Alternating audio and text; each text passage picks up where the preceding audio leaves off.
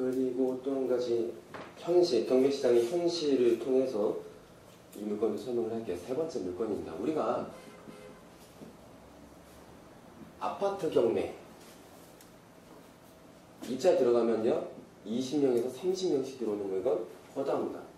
제가 가장 최근이 아니고요 좀 됐는데요 입찰에 들어갔는데 56명이 들어왔어요. 근데 제가 낙찰 받았어요. 정말 그 사건이 있어요. 그렇게도 많이 들어옵니다. 진짜로 올리려고 하면 그렇게 들어와요. 물건에 하자 전혀 없지, 권리 분석할 필요 없지, 역세권이지, 옆에 대형마트 있지, 중소형 아파트이지, 다 들어오는 거야, 다. 그러다 보니까 20, 30명이 들어오다 보니까 경매 낙찰가가 높아져요, 낮아져요? 높아지죠. 경매 낙찰가가 높아집니다. 실제로요, 금매가보다 이런 물건들이 높게 낙찰이 됩니다. 금매가보다. 실제로 그래, 나중에 한번 봐봐요, 낙찰가 경매 지적성 검색할 때요 과거 물건을 검색해서 봐보세요. 그리고 낙찰된 물건만 나오게 설정해놓고 실거래가 보시고요 낙찰가 봐보세요. 웃깁니다. 웃기는 짬뽕들인데 왜 이럴까? 이거는 제가 솔직히 바보들이 경매를 한다고 봅니다. 대부분의 일반 물건 아파트들 그 이유를 이따가 말씀드릴게요. 대한민국 경매시장에서요 경매를 하는 경매인의 80%가 아파트를 투자합니다. 실제로. 그럼 80%, 이 80% 중에 또 90%는요 단타를 목적으로 합니다. 그렇기 때문에 선순위 임차인이 있다 그러면 안 들어가는 거예요. 왜? 보자고요. 배당 요구했습니다. 선순위 임차인이. 배당 요구를 만약 배당 요구를 했다고 하면은 인수할 금액을 주면은 바로 나가야 된단 말이에요. 이 배당된 보증금을 임차인이. 그런데 만약에 배당 요구를 안 했어요. 그럼 보증금만 줘야 돼요? 원래 계약했던 계약 기간만큼 살게 해줘야 돼요. 그럼 단타 치는 사람들이 들어가겠냐고요. 그렇잖아요. 그렇기 때문에 대부분 일반 물건의 물건들 20, 30명이 붙는 것들은 바보들이 경매하는 이유가 처음 뭐라고 얘기해야 될까? 첫 번째 감정가에 맹신하는 사람들. 이 사람들 왜 감정가에 맹신하느냐? 일단 경매 자체를 몰라요. TV 보면 도자기 경매 막 감정평가 금액 나오면 이 금액 감정하고 감정이 팔리고 이런 모습들만 보다 보니까 부동산 감정평가 금액 이게 시세네? 이렇게 하기 때문에 이런 사람들이 있어요. 정말로 이런 물건들이 다 이런 사람들 모여있는 거예요. 그리고 두 번째 무분별한 컨설팅 회사들의 경쟁. 그러다 보니까 바지 세워요. 입찰 보증금 한 10만원만 넣고요 10%가 아니고 1% 넣고요 금액을 바로 밑으로 적는단 말이에요. 같은 팀인데 고객한테는 3억 2천 써야 됩니다. 반드시 그 주변에 낙찰이 됩니다. 해놓고 갭이 많이 벌어질 것 같으니까 무섭잖아요. 그러니까 바로 밑에 3억 1,900으로 바지를 세웁니다. 무슨 뜻인지 알아요? 그때 뭘 알아야 되느냐? 법원마다 집행관이 보증금 확인을 하는가 안 하는가 2등에 대해서 2, 3등에 대해서 확인 안 하는 것이다. 2차 보증금 등 안 나잖아요.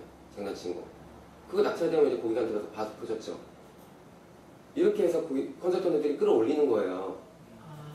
가격을 끌어올리고 보장됐잖아. 봤잖아. 100만원짜리 낙찰되는 거 보셨죠? 선생님?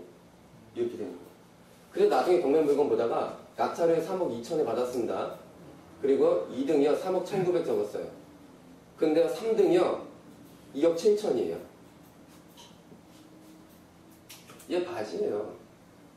바지의 가능성이 굉장히 높아요. 20, 30명이 들어왔는데 이렇게 됐다고 쳐봐요. 20, 30명이 들어왔는데 이상하죠? 이런 게 바지. 그래서 요즘 애들은 윗바지 사요. 윗바지는 또 뭘까요? 단타시장에서 윗바지 나중에 당하실 수도 있어요. 윗바지는 어떻게 쓰느냐? 이렇게까지 끌어올리지 않고 두려움은 없애고 3억 예를 들어서 2억 8천을 씁니다. 한 3억 1,900 적었다고 치자고요. 이것도 높이 씁니다. 근데 이거를 2등 금액을 만들어 버립니다. 2등 금액을 만들어요. 위 빠집니다. 야, 너 가고 3억, 2,300 적어. 너 1등해. 그리고 글씨 고쳤어, 쓸 때. 고쳤으면 무효예요. 글씨 고쳤으면 안 되죠. 그럼 1등이 나타났는데 글씨를 고쳤었어요. 그래서 집행관한테 나중에 낙찰이 되고 나서 이의 신청을 해가지고 이거 글씨 고쳤었다, 이거 무효 아니냐? 그럼 받아줘야 돼요. 명백하게 고쳤었으니까, 일부러 고쳤었으니까. 티가 나겠죠. 그러면 얘 무효가 되고 우리께 낙찰이 됐어요. 고객 기분이 좋아요, 안 좋아요? 2등인데 1등 됐으니까. 이거 바로 윗빠집니다. 이게 바로 짜릿하죠? 나쁜 놈들. 이렇게도 합니다. 이런 시장, 이렇게까지 해야만 되는 시장이 이 시장이에요. 그러니까 쉽지가 않아요. 이것만 하겠다 그러면은 진짜 경매 공부 이렇게까지 할 필요는 없어요. 그냥 하면 돼요. 자, 이제 다시 얘기하려는 본론으로 들어갈게요. 그럼 이 90% 단타를 치는 사람이 안 들어오는 물건 들어가면 되잖아요. 그렇겠죠.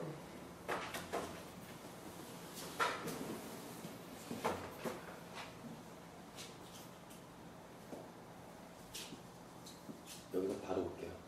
갑소의 부동산에 대해서 A가 임차인입니다. 임차인일 수도 있고요. 둘 다 된다고 보자고요. 선순위 전세권자도 두고요. 선순위 임차인일 때도 두 개 다 적용해보는 거예요. 그리고 이 사람이 선순위예요, 선순위. 그리고 중요한 거는 주택 인도와 주민등록 그리고 확정일자 세 개 다 갖췄습니다. 근데 중요한 거는 배당 요구를 안 했어요. 배당 요구를 안 했다고 치자고요. 그리고 이때 경매가 낙찰이 되는 시점이 2014년 5월 25일. 아직 오지 않은 미래죠. 이랬다고 쳐보자고요. 근데 가만 보니까 한 4월 달쯤에 인물권을 쳐다봤어요. 그러면은 이 단타 치는 사람들 배당 요구도 안 했으니까 그냥 지나가 버립니다. 그쵸? 90%의 단타쟁이들이 지나가 버리죠. 자, 그럼 이 물건이 가만히 보니까 이 임대차 계약 날짜가 2013년 1월 2일이었어요. 계약기간 끝났나요, 안 끝났나요? 임대차 계약 만료 기간이 2014년 4월 달에 봤을 때 2013년 1월 2일까지예요. 임대차 계약이. 계약기간 끝났잖아요. 그렇죠? 이럴 때 임차인이라고 하면은 일단 계약기간이 끝났으니까 현장 답사에서 물어보는 겁니다. 직접 띵동띵동 누르고, 예, 띵동띵동 누르는 용기 사람들이 많이 없어요. 무섭거든요. 두렵죠? 그쵸? 물어봤을 때, 그럼 계약기간이 다 되셨는데 제가 낙찰 받으면은 인수보증금을 드리면 바로 나가시겠습니까? 아니면은 어떻게 하시겠습니까? 물어봐야 돼요. 왜? 주택임대차보호법상의 임차권 같은 경우에는 2년을 보장해주는 제도가 있어요. 2013년 1월 2일로부터 어떤 특별한 이야기가 없으면 법정 갱신, 묵시적 갱신이 되는 거예요. 그랬을 때 모든 조건은 그대로 똑같대. 계약 기간에는 이렇게 적혀 있어요. 기간의 정함이 없는 것으로 본다. 그러니까 이제 계약 끝나겠습니다. 3개월 내로 나가주세요. 이럴 수 있는 게 아니고 여기에 덧붙여서 최단기간 제한이 있어요. 최단기간 제한. 이때로부터 2년을 임차인이 원하면 주장할 수가 있다고요. 그러면 실제로는 2015년 1월 2일까지도 주장할 수 있다는 소리죠. 그러면 나중에 그냥 그런 물건이 아니었더라도 5월 25일에 낙찰 받아갖고 뭐 나중에 뭐 이제 매각이 확정되고 허가 떨어지고 확정되고 잔금 내고 뭐 명도하고 그랬으면 실제로 이거 8월달까지 가요. 8월달까지 간다고요. 그러면은 2, 4, 5 그래도 한 6개월은 더 있어야 되네요. 근데 만약에 이렇게 치자고요. 전세권자였습니다. 전세권자는 조금 대화가 틀려져요. 2년이 아니고요. 최단기간 제한이 1년입니다. 1년이에요. 최단기간 제한이. 기간의 정함이 없는 것으로 본다까지는 똑같아요. 연장되는 게. 근데 최단기간 제한은 1년이기 때문에 전세권자가 더 살고 싶으면 1년밖에 주장을 못해요. 그러면 1년 더 주장해서 이게 2014년 1월 2일로 됐다고 그러자고요. 그래도 끝났죠? 이런 물건 들어가자마자 내보낼 수 있는 물건 맞죠? 보증금 주고. 그런데 여기서 드리고 싶은 말씀은 지났는데도요? 지났으면 다시 1년 이상 아니고 2014년 5월 25일 계약기간 지나고 묵시적 갱신이 돼가고 벌써 1년이 지난 시점 2014년 1월 2일이잖아요. 예. 그랬으면 이제 끝난 겁니다. 임차인이 주장할 수 있는 기간이 끝났어요. 주택임대차 보호법상에. 1년 써먹었잖아요. 재계약이 됐을 거 아니에요. 그럼 묵시적으로. 묵시적 재계약이 그러니까 2013년 1월 2일이었잖아요. 끝난 기간이. 한 번만 쓰는 거예요? 네.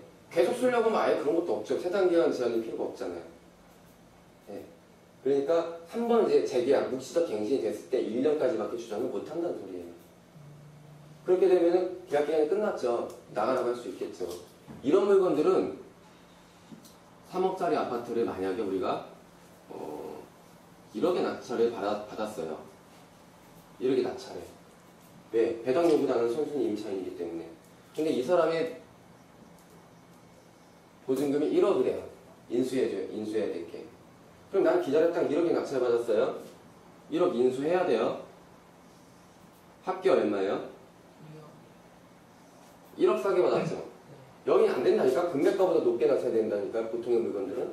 이 물건 1억 싸게 받았잖아요. 2억이 합격 2억이니까. 3억짜리 아파트니까. 그쵸?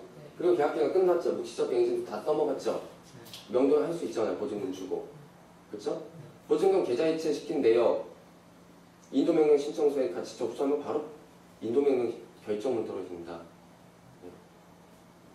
그쵸? 이런 물건들이 단타를 하는 사람들이 못 들어오는 물건이에요. 단타 치는 사람들, 일단 이런 물건들이 단타를 치려고 하는 사람들은 이렇게까지 깊이도 없어요. 이걸 따져볼. 그럴 깊이도 없어요. 그렇기 때문에 그냥 선순위 임차인 배당 요구 안 해서 1억인데, 아, 피곤해. 딴 물건 찾아요. 이런 물건들 빨리 찾아야 되니까. 그러니까 우리는 이런 거 싸게 받아서 1억 보증금 인수하고 1억 싸게 받으면 되잖아요. 임대차 계약 기간 따져보고. 전세권자 어디 나온다? 등기 보면 나와요. 등기 보면. 임대차 계약 기간은 언제까지로 계약을 했는지. 그러면 계산을 할 수가 있잖아요. 전세권자 1년까지 최장 기간 주장할 수 있어. 1년만 합쳐보자. 지금 내가 낙찰받은 시점으로 한 2달만 참아주면 되네. 뭐 이렇게 계산이 돼버리잖아요. 그 조건은 1억에 싸게 받았잖아요. 그쵸? 이런 방법이 있어요.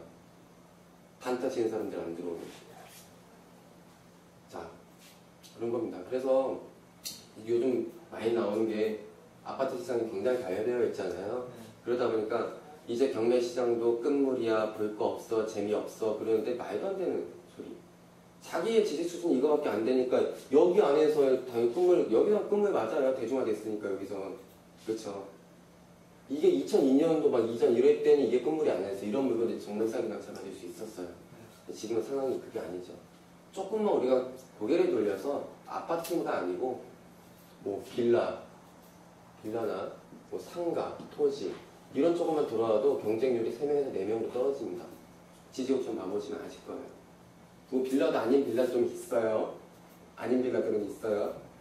근데 또 표정이 이제 그거 아니던데 막 그런 표정이 있는데 서너 명이면 돼요. 경쟁률 그거밖에 안 돼요. 네. 그리고 아파트를 하고자 한다면 저런 방법도 있다는 겁니다.